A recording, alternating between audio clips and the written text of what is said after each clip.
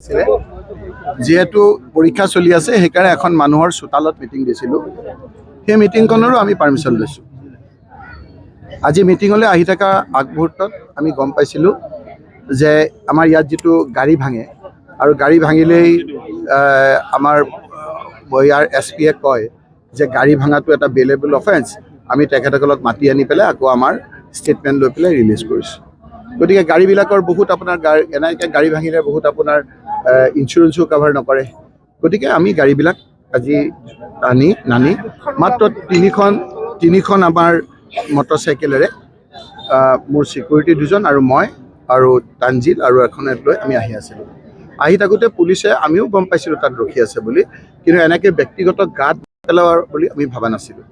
S পিক যেতিয়া ক'লোঁ, S পিয়ে ক'লে যে মই অচিক কৈ দিছোঁ আৰু সেইমতে মই এজন ছিনিয়ৰ মানুহ, মই আগতীয়াকৈ যোৱাকালিও কথাখিনি জনাইছোঁ, লিখিতভাৱে জনাইছোঁ আৰু এইখিনি আপোনাৰ অচিক মই কথা পাতিলোঁ। অচিয়ে ক'লে যে আপুনি আহক, আহিলে আমি আপোনাক ৰূপহী তিনিআলিৰ পৰা আমি লৈ যাম, মিটিঙলৈকে থৈ দিম, অলপ দূৰ লাগে।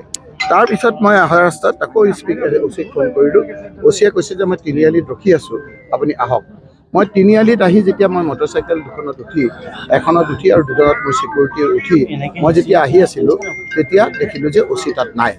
অচিক আকৌ ফোন কৰোঁতে ক'লে যে মই কলেজৰ ওচৰত ৰখি আছিলোঁ। তাৰমানে অচি সেইফালেদি আহোঁতে যি 20-30টা ল'ৰা আমাৰ ডকাইত চুৰ দিন দুপৰত ৰখি আছে, যিসকলক আমাৰ ইলেকশ্যনৰ সময়ত আমাৰ MLA সকলক গাড়ী ভাঙাৰ পিছতো বিভিন্ন ধৰণে অত্যাচাৰ কৰাৰ পিছতো কোনো একশ্যন হোৱা নাই। অচিয়ে অন্তত নিজেই দায়িত্ব লৈ এই কামখিনি অকল মোৰ মিটিঙলৈ ইয়ালৈ অহাৰ ক্ষেত্ৰত অকণমান সুবিধা কৰি দিলেহেঁতেন।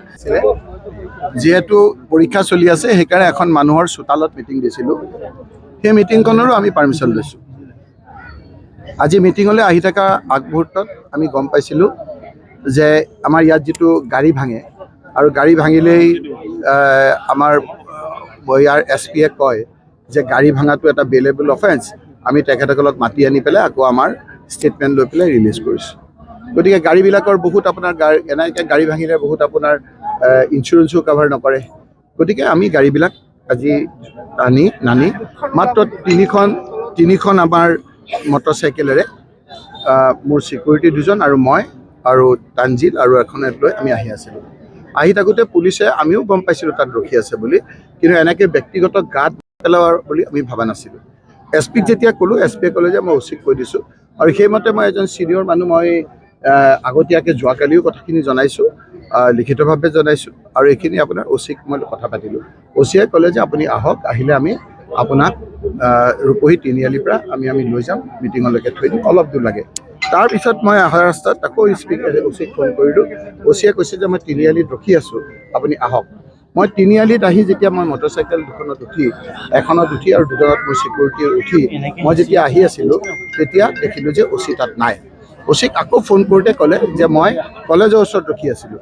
তাৰমানে অচি সেইফালেদি আহোঁতে যি 20-30টা ল'ৰা আমাৰ ডকাইত চুৰ দিন দুপৰত ৰখি আছে, যিসকলক আমাৰ ইলেকশ্যনৰ সময়ত আমাৰ MLA সকলক গাড়ী ভাঙাৰ পিছতো বিভিন্ন ধৰণে অত্যাচাৰ কৰাৰ পিছতো কোনো একশ্যন হোৱা নাই। অচিয়ে অন্তত নিজেই দায়িত্ব লৈ এই কামখিনি অকল মোৰ মিটিঙলৈ ইয়ালৈ অহাৰ ক্ষেত্ৰত অকণমান সুবিধা কৰি দিলেহেঁতেন।